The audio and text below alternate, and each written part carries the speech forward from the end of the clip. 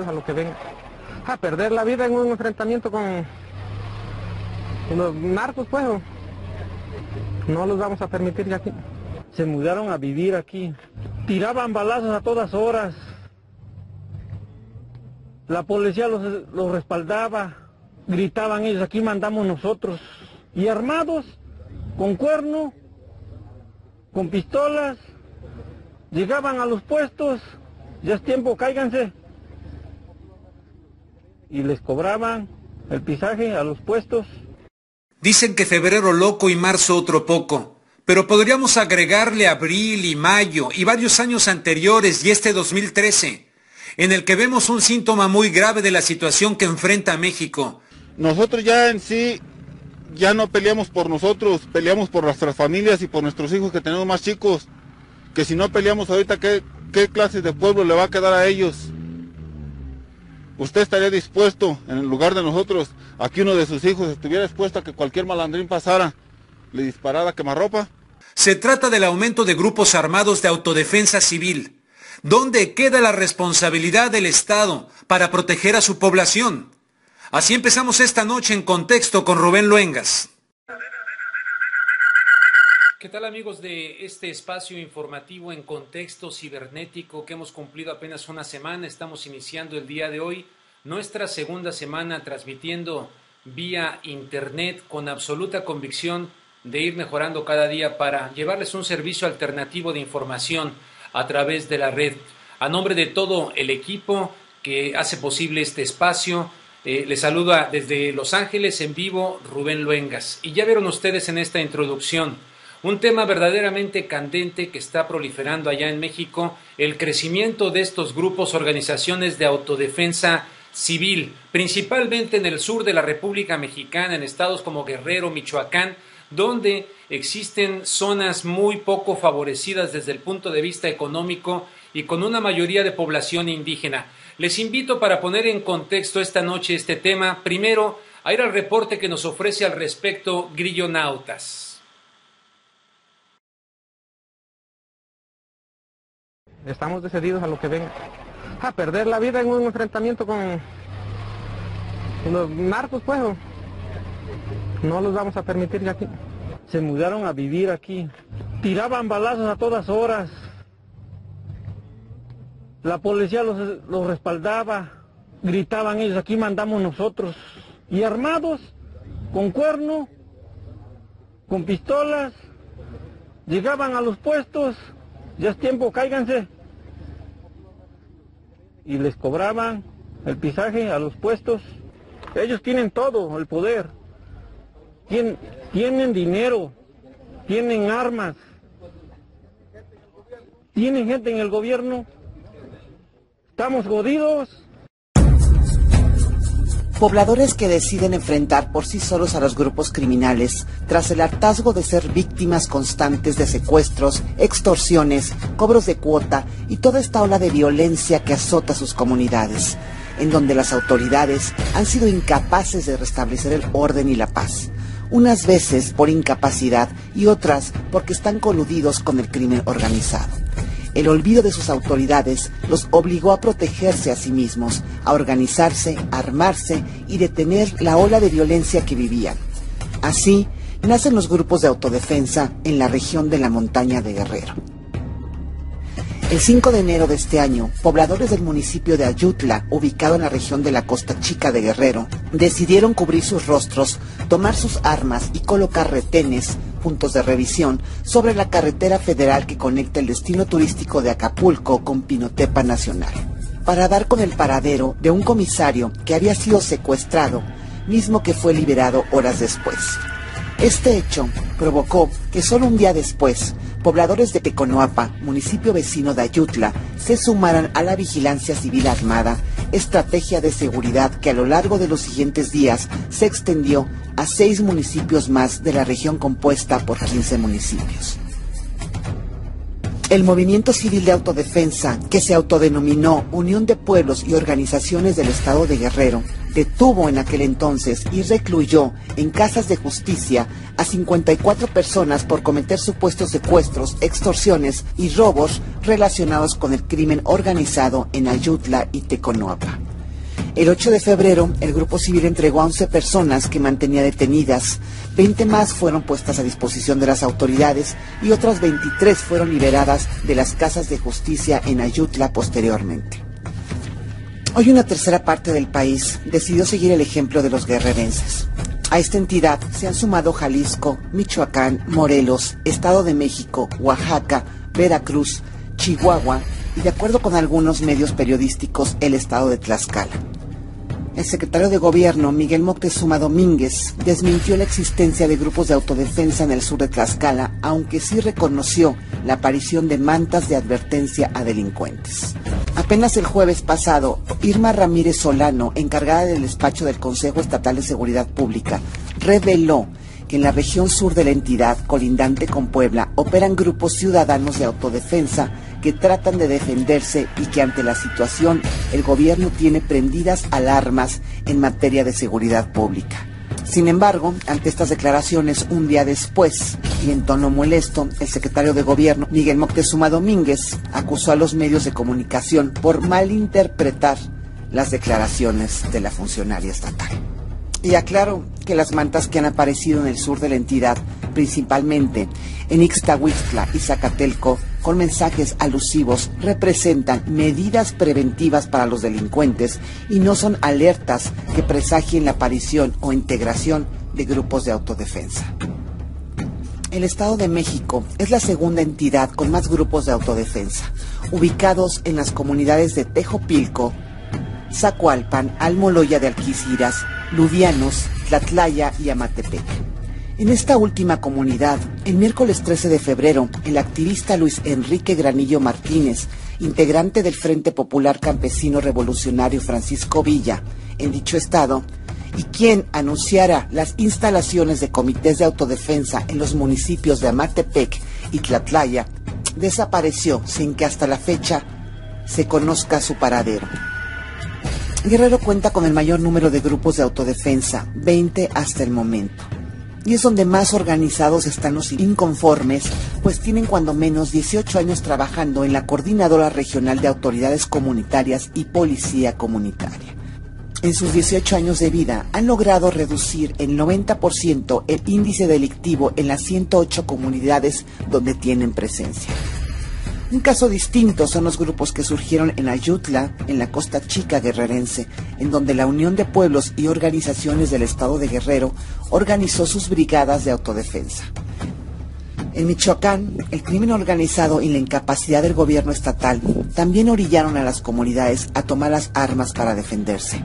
En esta entidad ya hay 4 grupos de autodefensa. En Chihuahua hay 2, uno en Jalisco, 3 en Morelos, 2 en Oaxaca y otros tantos en Veracruz. Hasta el momento se desconoce cuántos grupos de civiles armados en autodefensa existen en el país. Por otra parte, en Estados Unidos preocupa el brote de grupos armados de autodefensa en México. The Brookings Institution, organización de investigación de políticas públicas sin fines de lucro, señaló en su último análisis que el gobierno de Enrique Peña Nieto debe mejorar las fuerzas policíacas locales, de lo contrario seguirán apareciendo este tipo de grupos de autodefensa. En el análisis titulado La piñata de Peña Nieto, la promesa y peligros de la nueva política de seguridad en México en contra del crimen organizado, The Brookings Institution examinó la política de seguridad actual en México y el surgimiento de estos grupos de autodefensa ciudadana.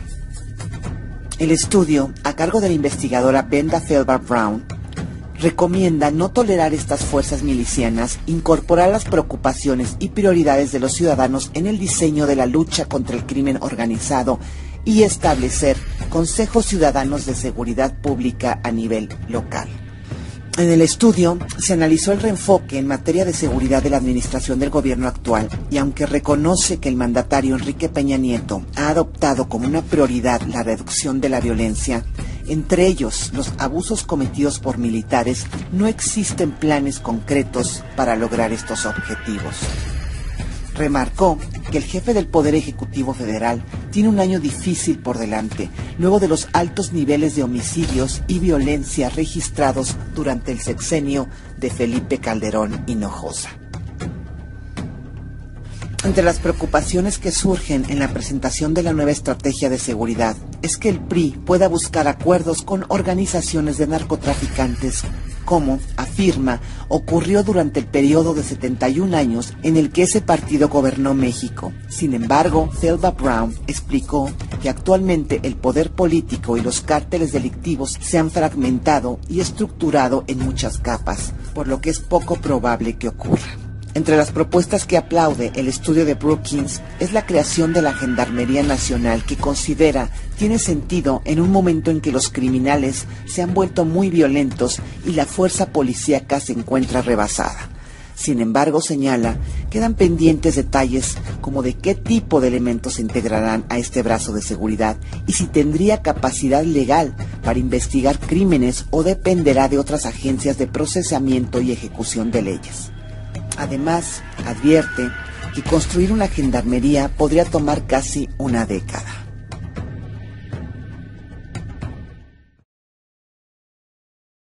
Yo les quiero hacer una reflexión acerca de este tema que está surgiendo en varios diarios de México, y es que este tipo de grupos, dado que así lo enseña la historia, de grupos que aparecieron, por ejemplo, en Colombia, en Centroamérica.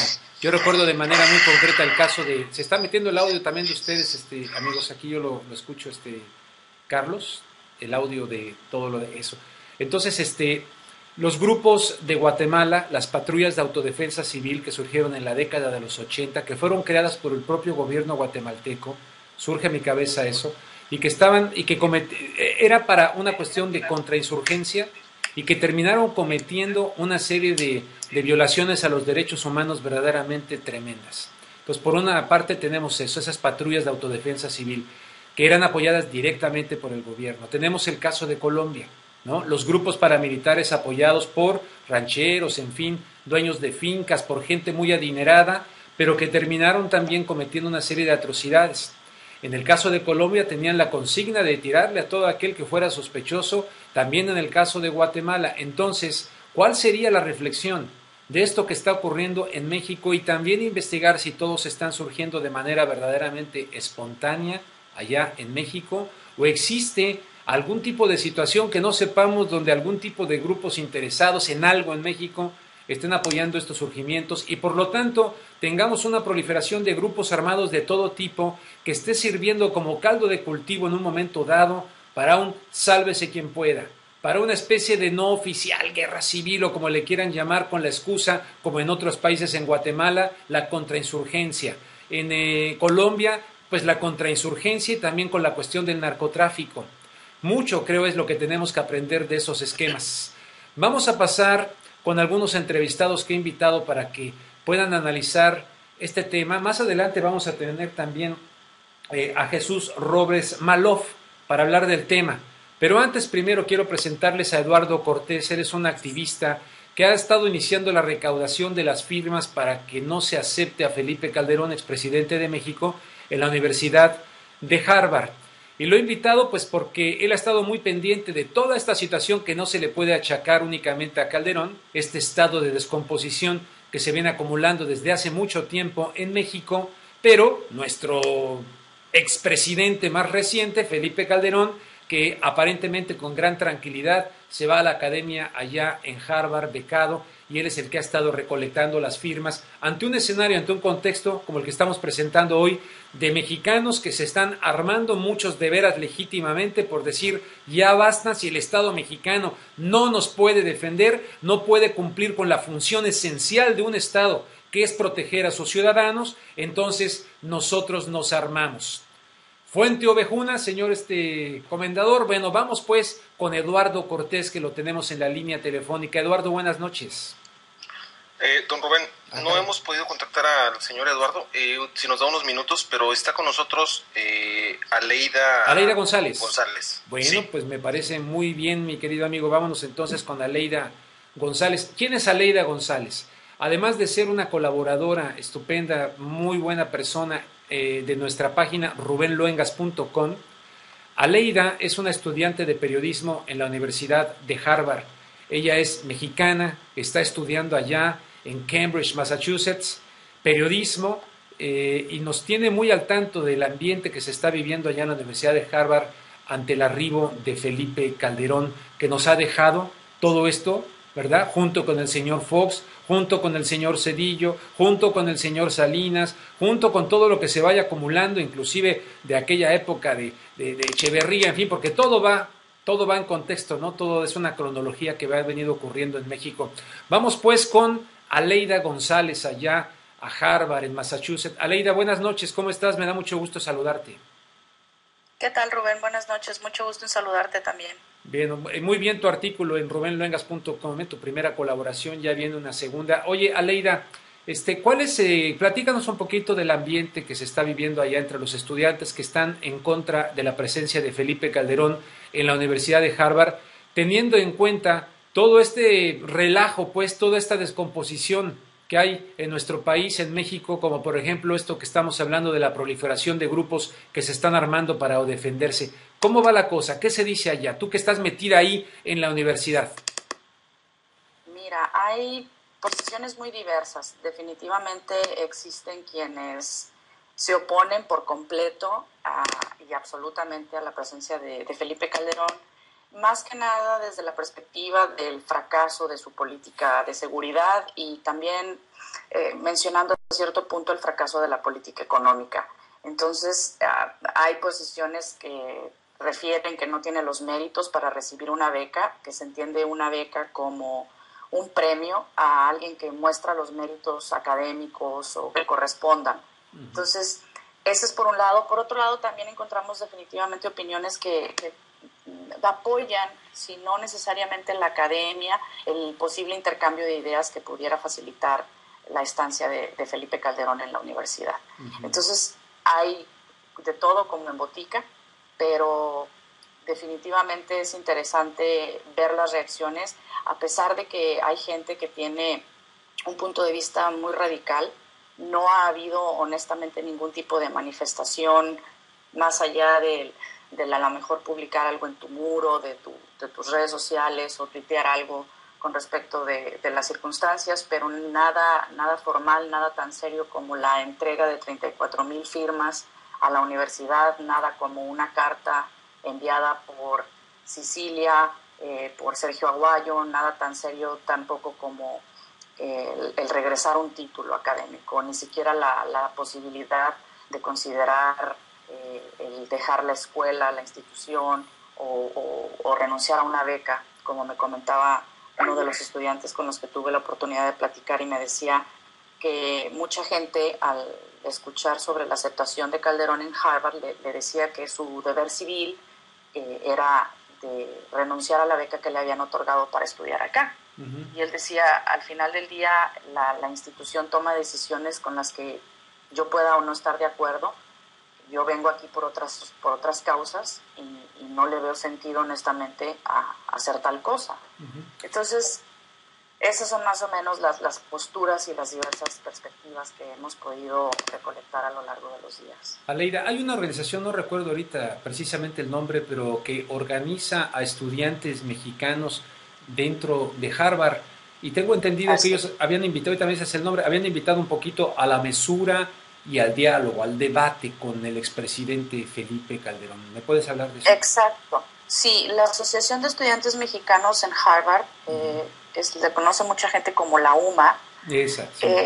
Es una organización que efectivamente trata de tener un ánimo más que nada académico. Definitivamente los participantes, como en cualquier otra organización, tienen posturas personales muy específicas. Particularmente el presidente de la organización, Guillermo Lerdo de Tejada Servitje, con quien tuve oportunidad de platicar en varias ocasiones, específicamente respecto a este tema. Él nos comentaba que él no se puede dar el lujo, por decirlo de alguna forma, de presentar una postura ni a favor ni en contra, porque entonces cargaría la balanza hacia cualquiera de los dos lados, y él reconoce que dentro de la comunidad estudiantil mexicana pues existen diversas opiniones. Entonces ellos invitan a que tratemos de concretar encuentros realmente que propicien la discusión, que propicien el intercambio de ideas y el cuestionamiento, si fuera tal el caso, que seguramente lo será, de presentarse la oportunidad, pero dentro de un ambiente de respeto en el que sea factible que se repitan este tipo de eventos. Hasta donde tenemos ahorita información, ellos ya tuvieron el primer encuentro con el expresidente Felipe Calderón, exclusivamente se reunieron con él la mesa directiva de la UMA, y entre otros temas, nos comentaba Guillermo, se revisó la posibilidad de establecer un calendario de encuentros en el que se discutan temas de todo tipo. Aleida, ¿tú me podrías conseguir una entrevista con Guillermo para que platique con la audiencia de En Contexto Cibernético aquí en rubenluengas.com y en redgeneración.com? Claro, yo le puedo preguntar, Rubén. Te comento que una de las cosas que sí he sentido hasta antes de que comenzara este semestre, que fue cuando Felipe Calderón llegó por acá, a Guillermo lo entrevistaron, no es exactamente de cuál medio mexicano, y él sintió que se transgiversaron un poquito sus declaraciones y que su neutralidad se interpretó como apoyo a la estancia de Felipe Calderón. Entonces, a partir de ahí sí lo he sentido un poquito renuente a mucho contacto con los medios. Estuvo completamente consciente el día que se lo dije, que por ser la cabeza de una organización de estudiantes mexicanos y ante las circunstancias que están aconteciendo en estos momentos, pues va a seguir siendo motivo de entrevistas y no tuvo inconveniente en platicar conmigo, pero definitivamente podemos preguntarle si nos sí, no, porque si él siente que fue un malentendido y fueron mal tomadas sus palabras, nosotros aquí le ofrecimos este espacio para que la aclare, ¿no? Sería realmente muy interesante. No vamos a hacerle ningún tipo de ataque ni nada, simple y sencillamente ofrecer el espacio para que nos dé su punto de vista y pueda aclarar. Aleida González, te quiero preguntar, tú como mexicana que te fuiste a estudiar periodismo allá a Harvard y que además, lo digo de cara a nuestra audiencia, qué maravilla que estés colaborando con nosotros en rubenluengas.com, tu primera colaboración muy brillante, la pueden encontrar ahí en mi página. Como mexicana estando allá, ¿qué sientes de todo lo que le está pasando a nuestro país? ¿Qué sientes de escuchar esta noticia de que van proliferando estos grupos de autodefensa civil? Yo comentaba hace ratito el tema de Guatemala, a mí me tocó cubrir Guatemala, parte de la guerra civil en Guatemala, y esto de las patrullas de autodefensa civil que fueron fomentadas por el gobierno, que fueron entrenadas por el ejército guatemalteco y que terminaron pues no solamente autodefendiendo, sino más bien tirándole a todo aquello que era sospechoso de ser de la guerrilla, de la URNG guatemalteca, etcétera.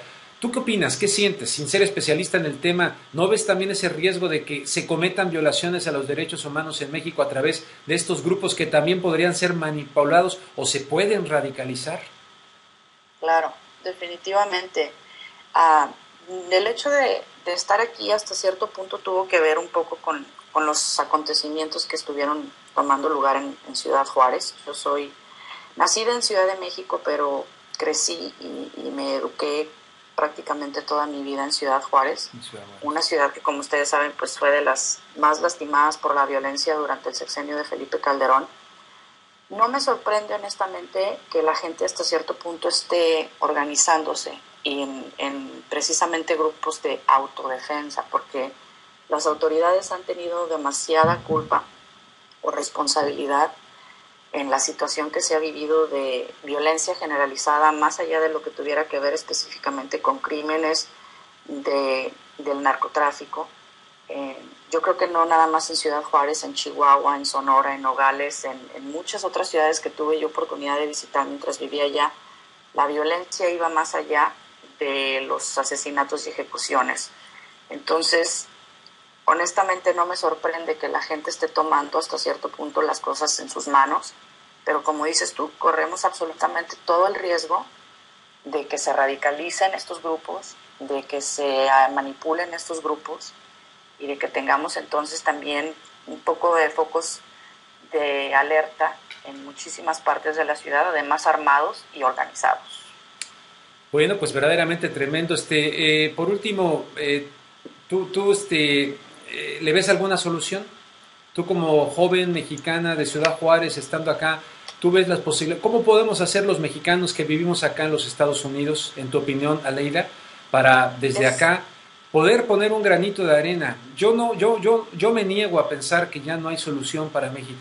me niego, me resisto, porque estoy seguro que somos más los mexicanos que queremos a México, que nos sentimos agradecidos con él, no solamente nostálgicos del tequila, del mariachi, del folclore, sino que verdaderamente recordamos, yo por ejemplo mi infancia, poder jugar tranquilamente en diferentes partes de México, etcétera, y ver que ahora muchas personas hablan de México con un tremendo miedo. Tú como mexicana, yo como mexicano que estamos acá en los Estados Unidos, tú estudiando, yo trabajando y ahora haciendo esta cuestión cibernética y otras cosas. Ya para terminar, ¿qué podemos hacer en tu opinión para que nos escuchen los mexicanos de allá, que no nos olvidamos de ellos? Justamente este fin de semana, Rubén, estuvimos platicando ampliamente con el maestro José Martínez, escritor de varios libros y periodista en México, sobre si México tiene o no tiene remedio y si vale la pena hacer el esfuerzo de lo que sea para tratar de rescatar el país de la situación en la que se encuentra. Y la respuesta de los que estábamos en la charla fue contundente y fue un sí, sí vale la pena. Y lo que tenemos que hacer es, desde nuestra trinchera, dar el mayor esfuerzo por hacer nuestro trabajo de la mejor forma. Sobre todo la gente que estamos en los medios de comunicación, yo creo que una gran responsabilidad que tenemos en nuestras manos es la de educar, la de no permitir que las cosas pasen de largo, que la gente se convierta en simples robots de hacer su trabajo, regresar a la casa y no ver más allá de ellos, sino de involucrarse. Y yo creo que para que la gente se involucre necesita conocer. Entonces, en tanto tú no conozcas la situación en la que vive tu país, es muy difícil que te intereses por hacer algo por ella. Y creo que lo que tenemos en nuestras manos, los que estamos al frente de un monitor, de un micrófono, de un libro, un periódico, es comunicar, dejar que las cosas salgan a la luz y seguir tratando de hacer lo posible por no claudicar, porque al final del día, el día que claudiquemos, pues nada más vamos a dejar el camino más limpio y despejado a los que se están carcomiendo al país. Pues te agradezco mucho, Aleida González, y precisamente por eso, en verdad lo digo, y lo digo aquí ante nuestros amigos de este espacio. Te agradezco que colabores con rubenluengas.com y con este espacio que hacemos también con Red Generación. ¿Algo que tú quieras agregar? Nada más hay que preguntarle a Carlos también. Carlos, ¿tenemos a Eduardo? ¿Carlos? Sí, ¿sí? Lo tenemos enlazado vía celular.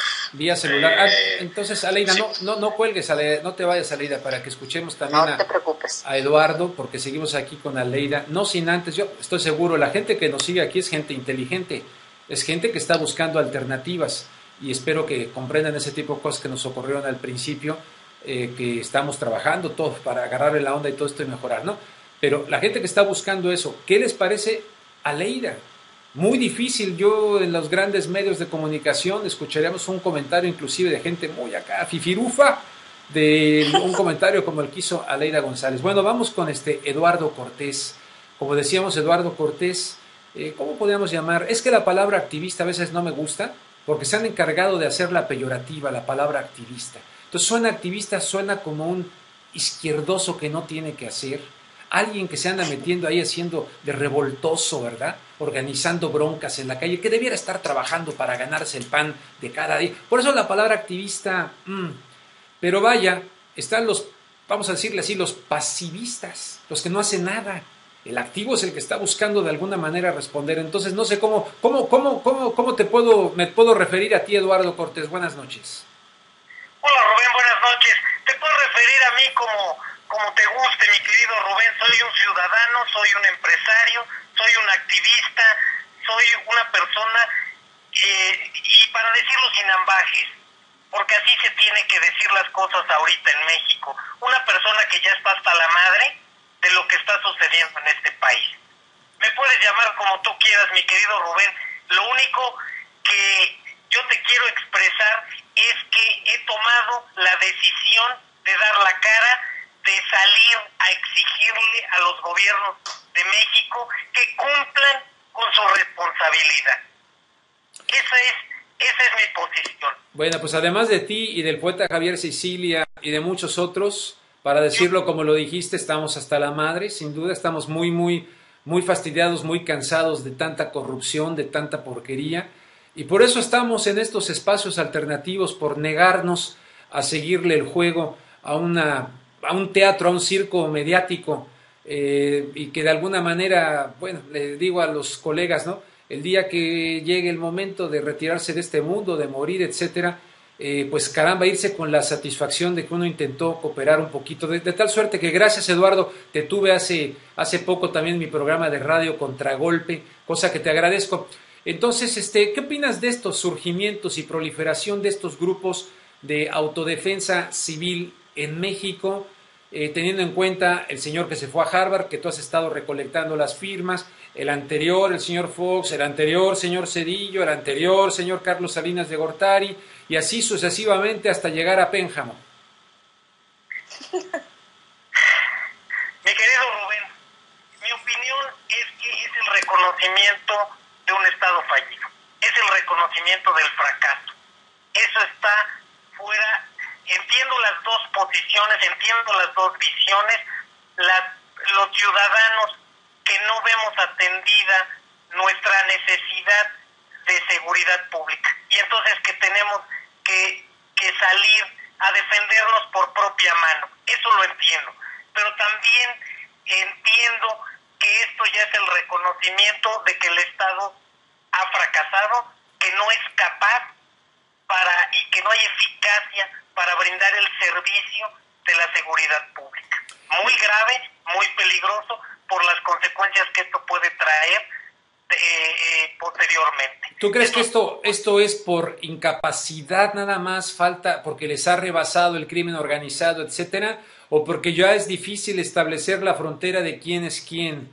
¿Dónde empieza el Estado y dónde termina? ¿Y dónde empieza el crimen organizado y dónde termina? ¿O cómo está la cosa? ¿Cómo la ves tú allá desde México? Rubén, es ya difícil definir en dónde empieza y en dónde termina cuando la responsable de la educación de este país es el Bester Gordillo, una persona corrupta. Es una persona cuando el líder sindical del sindicato de petróleo le compra a su hijo un auto de $2 millones. Romero de Champs. Todos los políticos hacen ostentación insultante de su riqueza, de sus viajes, de sus casas, de sus yates, cuando le quieren exigir a este país un IVA en alimentos y medicinas. ¿Para qué? Para seguir robando. Ese es el punto, Rubén. Yo no me opongo a más impuestos, yo estoy dispuesto a pagarlos, pero que nos retribuyan con servicios públicos de calidad, con infraestructura de calidad, con salud, con educación de calidad, pero todo se lo roban, Rubén. Esto ya no puede seguir así. Sí. Aleida González te está escuchando, tú la conoces, de hecho ya me puso en contacto contigo, está estudiante brillante de periodismo en Harvard. Aleida, ¿qué opinas de lo que está diciendo por acá Eduardo, o le quieres hacer una pregunta también? Pues nada más para agregar un poco a lo que está comentando, creo que tiene absoluta razón en decir que la situación en la que se encuentra el país y las organizaciones de autodefensa son un reflejo del estado fallido en el que se encuentra el país. Definitivamente la situación de la violencia no brota nada más a raíz de un grupo de narcotraficantes tratando de eliminar a otros, sino de muchísimas otras causas que, como te comentaba, de crimen generalizado y violencia generalizada que vive la ciudad. Entonces, creo que tiene toda la razón. Coincido también en que mucha gente pudiera estar dispuesta a pagar más impuestos. Creo que desafortunadamente el país no está como para soportarlos. Tenemos un país con una alta población que está en extrema pobreza y muchos en la miseria. Entonces, si pudiéramos decir vamos a pagar más impuestos, pero nos va a retribuir en mayor generación de empleos, en servicios de calidad, en infraestructura de acuerdo a los impuestos que pagamos, pues tal vez todos estaríamos dispuestos a hacerlo, pero bajo las condiciones en las que se utilizan los presupuestos y vemos cómo cada vez los estados se siguen endeudando más y la forma de sacar al estado en el que se encuentra es aumentar impuestos, pues no me parece razonable. Eduardo, estaba yo comentando hace rato los ejemplos que vinieron a mi mente poniendo en contexto esta noticia, antecedentes muy importantes de grupos paramilitares allá en Colombia, financiados por gente rica que buscaba supuestamente protección. Ya ves lo que terminaron cometiendo muchos de estos grupos paramilitares en Colombia, con la excusa de combatir a la guerrilla, al narcotráfico, etcétera. En el caso de Guatemala, en los 80, se crean las patrullas de autodefensa civil para involucrar a la población civil en la guerra, con el pretexto de enfrentar a la URNG guatemalteca, y que luego estos grupos terminaron cometiendo tremendas violaciones a los derechos humanos en Guatemala. Teniendo esos antecedentes, hay otros, pero cito esos dos para irnos un poquito al conocimiento histórico. Entonces, ¿cómo podrías poner en contexto lo que está ocurriendo ahora en México? A mí me da muchísimo temor. Yo veo como legítimo gente que dice, ya, estoy hasta la madre, tomo esto porque si los otros no me defienden, nosotros nos defendemos. Pero de ahí a pasar también a la criminalidad, pues hay un paso muy cercano. Por supuesto, es una tentación que se va a presentar después y no va a haber manera de controlarlo, va a ser una anarquía. Estos grupos en este momento empiezan con la bandera de autodefenderse, pero después ¿en qué va a derivar? ¿Quién los va a controlar? ¿Quién los va a acotar? Ese poder, ¿quién lo va a detener? Y luego ¿con qué fines? ¿Cómo se va a degenerar? ¿En qué va a terminar esto? Esto es muy peligroso. Sí. Te repito, esto es el reconocimiento de un Estado fallido, de un gobierno fracasado. Oye, eso no puede permitirse. Además de entrar al Twitter y entrar al Facebook y poner una serie de cosas y tener este tipo de participación cibernética, tú estando allá en México, ya le pregunté a Leida González, ¿qué podemos hacer los mexicanos que estamos acá en los Estados Unidos? En tu opinión, ¿qué pueden hacer los mexicanos que están allá en México ante una situación que cada vez parece descomponerse más y no se ven signos? Recientemente tenemos el informe de Human Rights Watch que se publicó prácticamente en todo el mundo, fue impresionante, aquí lo hizo el LA Times, ¿verdad?, acerca de esta situación fallida de la estrategia y de los desaparecidos también, y que la participación, la omisión del gobierno mexicano de hacer investigaciones serias todavía profundizó este drama. Entonces, los mexicanos que están allá, que se sienten legítimamente indignados, ¿qué opciones tienen para hacer algo efectivo? Más allá, hay una canción, ¿te acuerdas? Decía, no basta rezar, hace falta muchas cosas para conseguir la paz. Los Guaraguao creo que cantaban esa canción. Rubén, yo creo que debemos de exigir, mi postura es informar a todos los seguidores que tengo en las redes sociales de lo que está pasando, de tomar la iniciativa de iniciar peticiones ciudadanas y exigir que las pocas instituciones que tenían credibilidad vuelvan a entregarse a la ciudadanía, como el IFE, que se perdió en cuotas partidistas, que se volvió un negocio electoral, que el Instituto de Acceso a la Información también regrese y recupere su función ciudadana, porque en ese momento ya lo que pretenden es correr a todos los consejeros del IFAI y van a caer en la tentación de llenarlo con cuotas de partido, y entonces vamos a perder otra vez la posibilidad de enterarnos de cómo se ejercen los presupuestos y en qué se gastan. Ahí es a donde los ciudadanos tenemos que salir y exigir y tomar una postura activa y no permitir que nos arrebaten lo que es nuestro. Eso es lo que yo estoy haciendo y lo que voy a seguir haciendo. Eduardo Cortés, te agradezco muchísimo, en verdad. Si quieres decirnos dónde te puede la gente que no te conozca, ¿Dónde pueden contactarte? ¿Tienes tus páginas, tu Twitter, lo que sea? Si nos lo puedes compartir para que la gente esté enterado de ti, te puedan seguir. Con todo gusto, Rubén. Mi cuenta de Twitter es @C de casa, E de Eduardo, Cortés R. CE Cortés R. Esa es mi cuenta de Twitter y ahí emito mis opiniones y mis análisis acerca de diversos temas de economía, de política, sobre todo. Bueno, pues... ahí también hago la promoción de lo que es mi petición a Harvard para que revierta la contratación de Felipe Calderón y obviamente algunas otras acciones y peticiones que voy a emprender. Pues te agradezco muchísimo, Eduardo Cortés. Estamos en contacto, si me permites en futuras ocasiones llamarte para que pongamos en contexto este tipo de temáticas tan importantes y cruciales para el futuro de nuestro querido México. Gracias, Eduardo. Estás allá en Puebla, ¿verdad?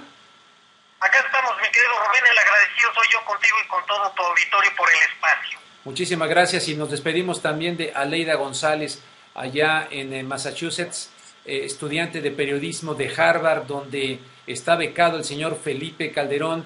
Gracias, Aleida, por esta participación, eres muy amable. No, hombre, gracias a ustedes y muy buenas noches a todo el auditorio. Muy buenas noches y no se pierdan, léanla en rubenluengas.com. Ya nos ha enviado una segunda colaboración. Creo que llegará muy lejos ella como periodista porque tiene lo que se necesita, ¿no? Recuerden lo que les decía de Kapuscinski, una persona antes. El requisito indispensable para que alguien sea periodista, primero que nada, es que sea buena persona. Si no es buena persona, pues como decía Kapuscinski, los cínicos no sirven para esta profesión, para este oficio. Y ya la escucharon, tiene la inteligencia, tiene la convicción, tiene lo que se necesita para ser un periodista y además está ya en Harvard, pues buenísimo, ¿no? Bueno, vamos a pasar con Carlos Garza. Carlos Garza, acá lo tenemos de Red Generación, que nos va a dar el tema que también está llamando mucho la atención allá.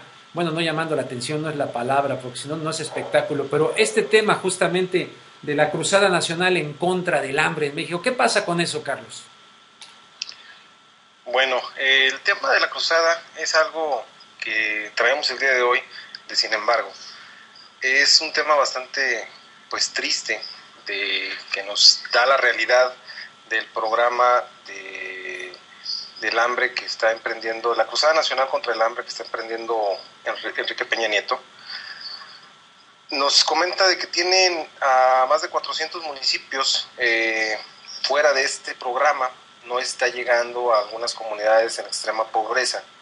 Por ejemplo, está el segundo municipio más con más extrema pobreza o con extrema pobreza es Patopilas, en donde tienen a 7.848 personas en pobreza extrema, el 55.4% de la población municipal.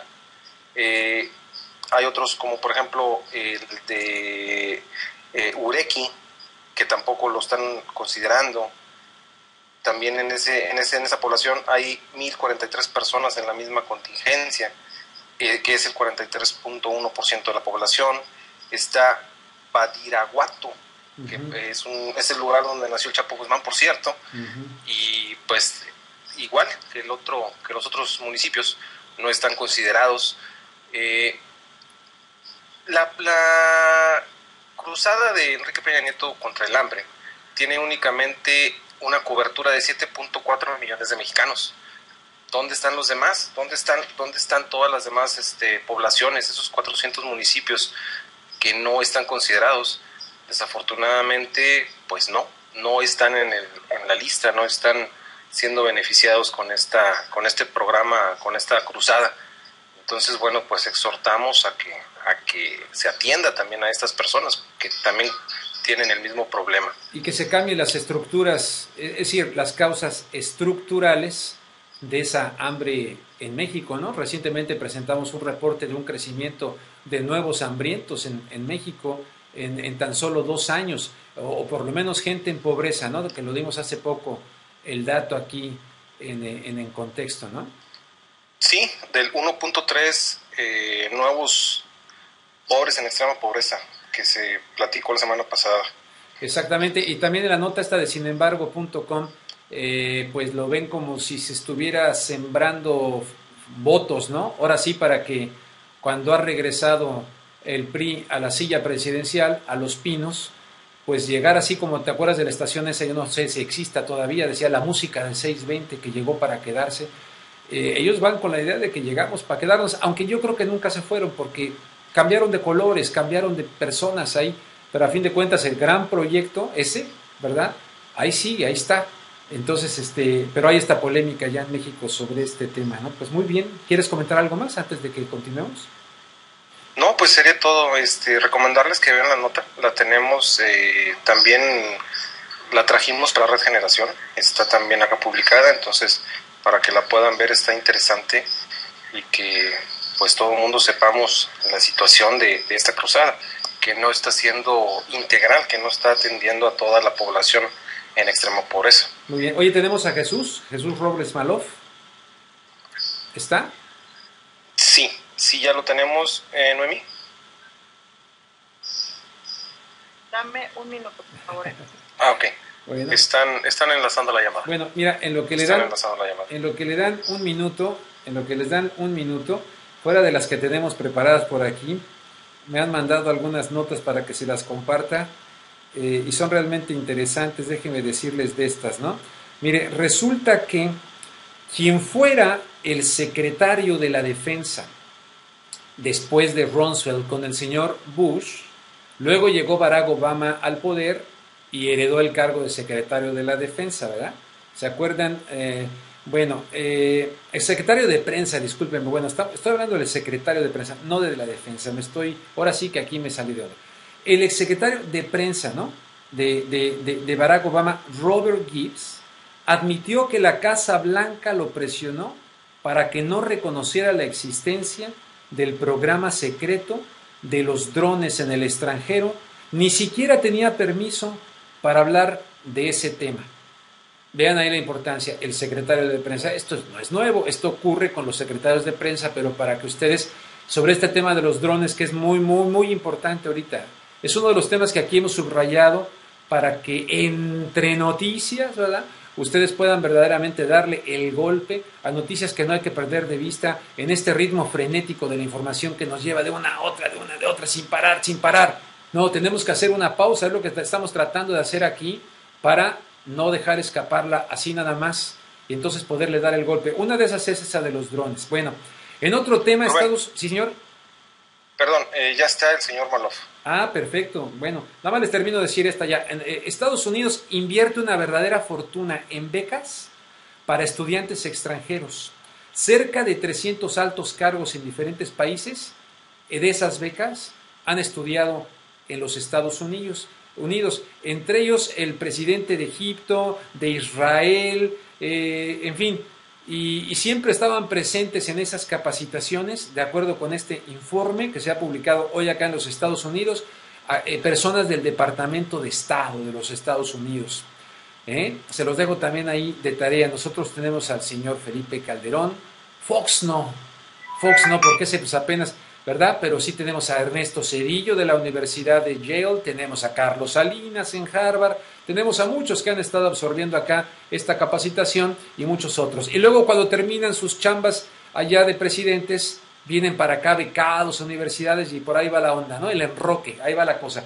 Bueno, vámonos con Jesús Robles Malof, a quien ya estoy siguiendo en Twitter, hoy lo empecé a seguir. Él está muy metido en el tema de los derechos humanos. Te agradezco mucho, Jesús, que hayas aceptado esta invitación de Red Generación y rubenluengas.com para hablar con nosotros en contexto, sobre todo este tema que hemos planteado el día de hoy del surgimiento, el crecimiento de patrullas o más bien grupos de autodefensa civil. Muy buenas noches, Jesús. Pues buenas noches, Rubén. Saludos a todos los que nos escuchan. Buenas noches, hasta allá. Pues quisiera yo continuar un poco contigo para que nos ayudes a poner en contexto este tema de los grupos, principalmente en el sur de México, de alta población indígena, lo cual es preocupante porque mira, por ejemplo, en el caso de Guatemala, ¿no? Con los grupos, las patrullas de autodefensa civil en Guatemala, estos grupos tenían una política de exterminio a la guerrilla, a la ORNG, pero a través de la reubicación de la población indígena y la erradicación o muerte de toda persona o comunidad de personas sospechosas por medio de procedimientos violatorios de los derechos humanos. En México estos grupos están surgiendo realmente de manera espontánea, autónoma, sin manipulación de ninguna instancia gubernamental o de grupos que quieran hacer río revuelto ganancia de pescadores en México. Pues bueno, creo que hay que distinguir grupo por grupo, hay que hacer un análisis un poco más detallado. Hay un ejemplo que es muy conocido entre la sociedad de México, las organizaciones civiles y los movimientos, que es la policía comunitaria de la Costa Chica y la Montaña de Guerrero. Sí. Esto no es nuevo, esta policía está cumpliendo este año su 17º aniversario, si mal no recuerdo. Y es un ejemplo de trabajo comunitario, de seguridad comunitaria, enfocada en los principios irrestrictos de respeto a los derechos humanos y de conformidad también con las tradiciones de los pueblos indígenas. De los usos y costumbres. Hay que distinguir entonces este esfuerzo, por ejemplo, de la policía comunitaria. También podría hablar yo muy bien del esfuerzo de brindar seguridad comunitaria de la comunidad de Cherán en Michoacán. Y claro, pues han surgido recientemente otros grupos, y habría que ver en cada caso pues y analizar su contexto. La policía comunitaria de Guerrero, por ejemplo, hace las cosas de manera abierta, tiene su página de internet, tiene sus documentos, están plenamente identificados y colaboran con las autoridades de manera que esta labor se da de forma complementaria. Además, en ambos casos que te comento, son esfuerzos que vienen desde la base de la misma sociedad, desde un legítimo interés por garantizar la seguridad de sus comunidades. Sí, totalmente de acuerdo contigo, hacer esta decisión, porque en este caso, pues resulta una iniciativa no pasiva, ¿verdad? Es decir, lo que hablábamos hace rato con Eduardo, o sea, ¿qué podemos hacer? Bueno, estas personas ya no están diciendo qué podemos hacer, ya lo están haciendo. Es una manera de dar la cara, pues, para defender su patrimonio, su comunidad, su sentido de pertenencia, para que no vengan una bola de malandrines. Y la omisión por parte del Estado mexicano, entonces ya es una iniciativa, ¿no? Pero ves riesgos como, por ejemplo, el señor Chabat, él decía en algún medio de esto, de que estos grupos se podrían desvirtuar y podrían traspasar un límite y convertirse en violadores de derechos humanos, en una radicalización. ¿Tú qué opinas de lo que dice Chabat? Bueno, yo creo que hay un peligro, en efecto, que grupos de la sociedad en todo momento pretendan sustituir las labores básicas del Estado. Pero primero también hay que decir algo. El Estado ha dejado en grandes partes del país, y no es que casi en todo el país, de cumplir su misión básica, que es brindar seguridad e impartir justicia. Este es un problema que no justifica de ninguna manera la justicia por propia mano o la formación de grupos irregulares, pero sí creo que hay que siempre decir la falla del Estado en su papel principal. En ese contexto creo que la lucha debe ser a la par. La lucha debe ser por garantizar que las instituciones del Estado funcionen, que exista una política de seguridad basada en la seguridad de los ciudadanos y, por supuesto, evitar la creación de grupos que impartan justicia al margen de. Pero, por ejemplo, hace un mes, para decirlo con una manera muy, muy clara, en muchos gobiernos entienden la seguridad como seguridad del gobierno, sí, o de los gobernantes. Había una estadística del estado de Quintana Roo que el 80% de los policías municipales se dedicaban a cuidar a personas del gobierno, es decir, se invierte todo sentido común, toda lógica y todo el principio constitucional, en donde pues la seguridad es para los ciudadanos, no para los gobernantes. Y si las corporaciones se usan para proteger a los gobernantes, bueno, pues entonces se desvirtúa. Yo llamaría, por ejemplo, a la gente a que se informara, por ejemplo, de la labor que hace la policía comunitaria en Guerrero. Su página es www.policiacomunitaria.org. Ellos de frente, con documentos, sin darle espalda a la sociedad, resolvieron un problema que en el 92 fue una ola de violencia terrible, y a raíz de eso no surgieron como una iniciativa en lo aislado, ¿no? Creo además que garantizan el enfoque de derechos humanos que debe existir, y sí llamaría la atención analizar caso por caso, porque también, como tú bien decías, Rubén, puede haber grupos tanto políticos, hay que recordar los paramilitares, ¿no?, como un ejemplo claro de que puedan estar interesados en desestabilizar o ir contra la misma población. Jesús, ¿qué papel estaría jugando en todo este escenario respecto de la pobreza en México? Muchos políticos minimizan la pobreza mexicana. El señor Ernesto Cordero, recuerdo a Pedro Aspe Armella, aquel exsecretario de Hacienda de Carlos Salinas de Gortari, quien ahora está muy activo, pero tras bambalinas, tengo entendido que es muy cercano al grupo de Peña Nieto, junto con Córdoba Montoya, tengo entendido, según leí en sinembargo.com. Pero todo este escenario de pobreza y de estómagos vacíos, y si hay una cruzada contra el hambre es porque el gobierno está reconociendo que en México hay hambre. ¿Cómo este ingrediente de pobreza al que Luis Donaldo Colosio alguna vez decía es lacerante la pobreza en México, etcétera? Este ingrediente, ¿cómo lo ubicas en este contexto del cual estás analizando?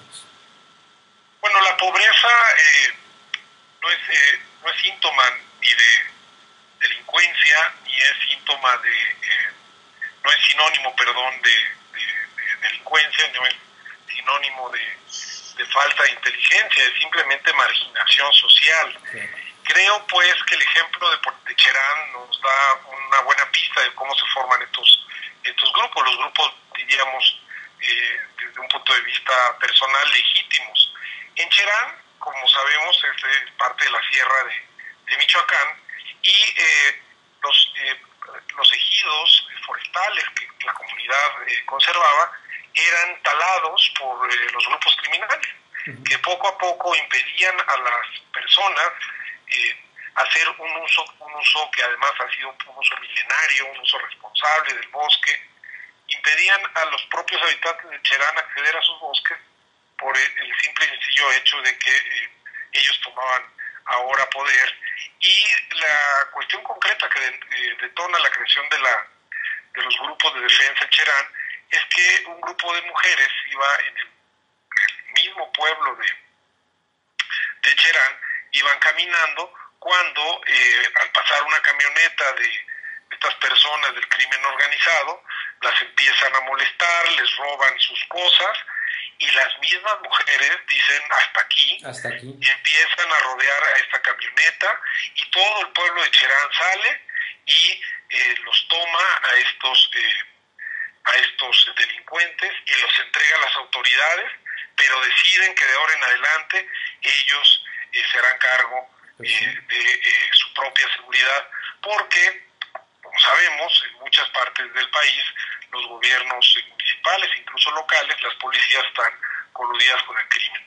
Así surge de más que de pobreza, de un hartazgo, de una burla, de una expropiación ilegal de facto de sus recursos, y eso habla pues de que el Estado no está funcionando. Si los policías, en el caso de Cherán y de muchas otras comunidades, están del lado de la delincuencia, pues yo creo que la gente responde de manera no siempre, podríamos decir, adecuada. Por eso hay que evitar que los índices de inseguridad crezcan, porque las reacciones no siempre serán civilizadas o ordenadas, como es el caso de dos ejemplos que hablo. Puede haber casos en donde pues, se hagan juicios populares, y además, como sabemos también, estos casos de justicia por propia mano. Bueno, Jesús, pues te agradezco muchísimo, en verdad, tu participación, muy importante. Y si quieres invitar, no sé, compartirnos tu Twitter para que la gente te siga en Twitter. Claro que sí, con gusto. Estamos ahí en Twitter, porque creemos que a diferencia pues de los medios convencionales, podemos establecer un diálogo horizontal con todo el mundo. Los invito a seguirme en Robles, de árbol, precisamente Robles Malof, es M-A-L-W-F. Robles Malof, ahí ando, y pues cualquier comentario, crítica, en fin, con mucho gusto. Bueno, yo te estoy siguiendo desde hoy, luego te escribo para agradecerte y te agradezco aquí delante del público, en verdad muy, muy brillante tu participación, muchísimas gracias. Saludos a todos y los felicito porque en efecto ustedes son un medio alternativo. En eso estamos construyéndolo y gracias por ayudarnos, Jesús. Gracias, hasta luego. Gracias, muy buenas noches. Vámonos con Carlos Garza ya también para echarle un vistazo rápidamente a algunas de los encabezados más importantes de los diarios mexicanos. El día de hoy vamos a hacer este ejercicio de presentarle diario, aunque sea ya de noche, no son los encabezados fresquecitos, pero para recordar, ¿no? Allá son 2 horas más tarde, ya son casi las 11, pero rápidamente, Carlos, adelante. Rubén, en esta ocasión nos va a apoyar Nash Acuña, una compañera de Red Generación, que Perfecto. ya tiene listos los titulares. Perfecto, adelante, quien tú quieras. Va Nash, por favor. Hola, buenas noches. Bueno, aquí empezamos con los titulares de este día. El Universal sale hoy con Mancera y equipo ocultan sus bienes. El jefe del gobierno capitalino, 19 secretarios y los 16 jefes delegacionales no autorizaron dar a conocer sus versiones de sus bienes patrimoniales. El Reforma nos comenta hoy Mauricio Toledo, delegado de Coyoacán, exigió una mordida de 1.6 millones de pesos para no clausurar una construcción. Esto lo denunció el abogado de la inmobiliaria. La Jornada dice, la vieja CTM busca el cobijo del nuevo PRI y pues con euforia planeada recibe en su sede a Peña Nieto. El diario Milenio nos da sus titulares, dice nueva lista oficial de desaparecidos, ya suman 1.708. El reporte de Províctima, esto lo da el reporte de Províctima desde octubre de 2011 y actualizado en febrero de 2013. La Jornada, surgen autodefensas en Acapulco y Coyuca. Habitantes de 20 comunidades constituyen un sistema comunitario de seguridad y justicia. Harán rondines, filtros y tareas de inteligencia. Bueno, esto es más o menos lo que se estaba comentando, ¿no? Alguna de las encabezados, pues te agradezco muchísimo, gusto en conocerte. Muy bien, Carlos, muchísimas gracias. Muchas y gracias. Vamos a ir seleccionando también encabezados de diarios internacionales. Ya sabe usted El País, el ABC, el Universal de Caracas, Venezuela, Clarín de Buenos Aires, en fin, varios, Público.es de España y muchos otros que están surgiendo allá en España. Pero fíjese que el tema eclesial no concluye todavía. Voy a invitar aquí a Noemí León para que nos platique qué pasó con un cardenal que ya no va a ir al cónclave y es un cardenal, digamos, en este caso representando del Reino Unido, que le han acusado seriamente, Noemí. Así es, bueno, buenas noches a todos. El diario dominical de Observer, y aquí en México fue publicado por Sin embargo y Actualidad RT para Latinoamérica, reportaron que el cardenal católico Keith O'Brien, que es el presidente de la Conferencia Episcopal Escocesa, fue denunciado ante el Vaticano por un supuesto comportamiento inapropiado durante años, de hecho desde la década de los 80s. Según este rotativo, señala que 3 sacerdotes y un ex sacerdote se han quejado ante la sede pontífice de la Iglesia Católica Romana por esta supuesta conducta indebida que ahora el clérigo de 74 años llevó a cabo durante gran parte de su vida religiosa. Esta noticia genera una explosión muy grande porque él es la figura más veterana dentro de la Iglesia Católica en todo el Reino Unido, ¿no? Como mencionaste, estas acusaciones pues aluden a este comportamiento poco profesional del sacerdote. Y bueno, las víctimas fueron seminaristas que en su momento estaban a su cargo, y de acuerdo a la BBC, uno de esos 4 religiosos que tuvo al cardenal como director espiritual en su momento, relató que tuvo acercamientos inapropiados de O'Brien hacia él tras las famosas oraciones nocturnas que le causaron depresión y cambios de personalidad. Bueno, la reacción a todo esto fue que este aspirante al papado pues quedó descartado y dimitió tras ser acusado por este tipo de comportamiento, y ahora Reino Unido pues se queda sin representante para la elección del nuevo Papa. O sea que va a salir un poco de menos de humo blanco, ¿no?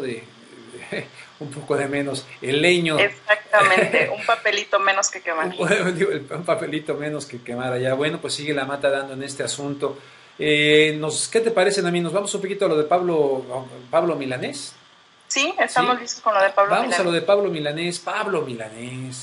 Pablo Milanés anda que por ahí de los 70, resulta que va a regresar después de una ausencia considerable, va a regresar a los escenarios, se va a presentar en San Sebastián, allá en España, o dirían en el País Vasco, para que van a regañar los vascos. Se va a presentar allá pues en San Sebastián Pablo Milanés después de esta ausencia, y queremos presentarles, ¿no?, aquí en contexto, pues una de las canciones más emblemáticas o representativas, además de Yolanda, ¿no?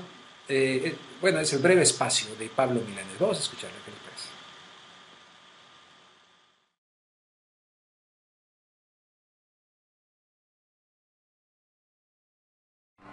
Eran restos de humedad, sus olores llenan ya mi soledad. En la cama su silueta se dibuja cual promesa de llenar el breve espacio en que no está. Todavía yo no sé si volverá. Nadie sabe al día siguiente lo que hará. Rompe todos mis esquemas, no confiesa ni una pena, no me pide nada a cambio de lo que da. Suele ser violenta y ciega, para uniones eternas, más se entrega, cual si hubiera solo un día para amar. No comparto una reunión, más le gusta la canción que comprometa su pensar. Todavía no pregunte, te quedarás. No me mucho la respuesta de un jamás. La prefiero compartida antes que vaciar mi vida. No es perfecta, más se acerca a lo que yo simplemente soy.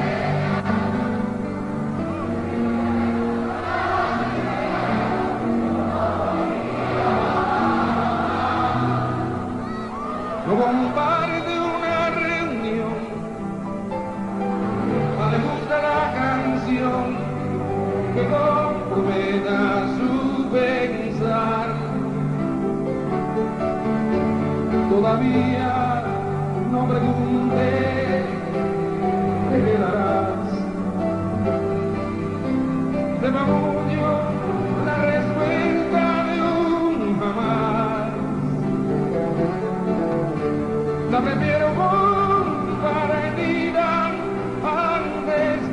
saciar mi vida no es perfecta, más se acerca a lo que yo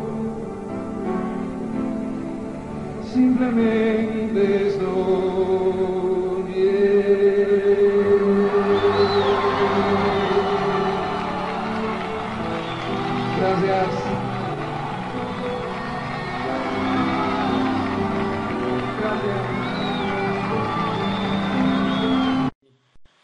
Muy bien, pues aquí estamos ya de regreso. Pues hay que utilizar la tecnología, ¿no? Qué maravilla estas cositas realmente. Lo voy a usar como teleprompter.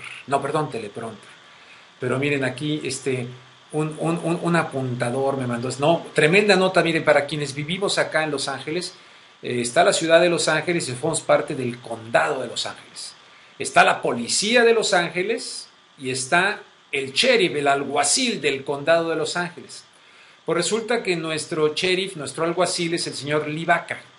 Bueno, resulta que en las cárceles hay serias acusaciones de pandillas al interior de las cárceles por pandillas del sheriff dentro de las cárceles acá en el condado de Los Ángeles. Además de un reportaje que un día se los voy a pasar acá, si se puede, no sé si se pueda, porque era cuando yo trabajaba en Telemundo, voy a ver cómo investigo eso, de lo que pasa con la criminalización de las que tienen problemas mentales. Aquí hay una cárcel, se llama Las Torres Gemelas la cárcel, donde meten a gente que comete alguna tontería porque tiene un problema mental y resulta que vámonos a la cárcel. Hijo, es tremendo. Bueno, nombran como sheriff del año a Lee Baca.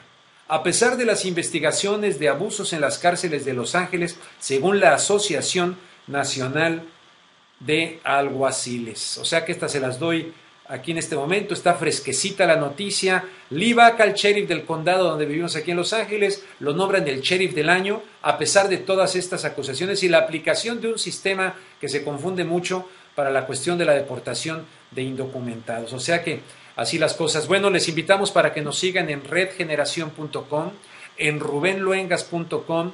Un saludo a todas las personas que están chateando. Yo pues no puedo chatear aquí con ustedes porque estoy en esto, si no, no puedo hacerle de todo. Pero les mando un abrazo muy fuerte. Gracias a quienes me siguen en mi página rubenluengas.com.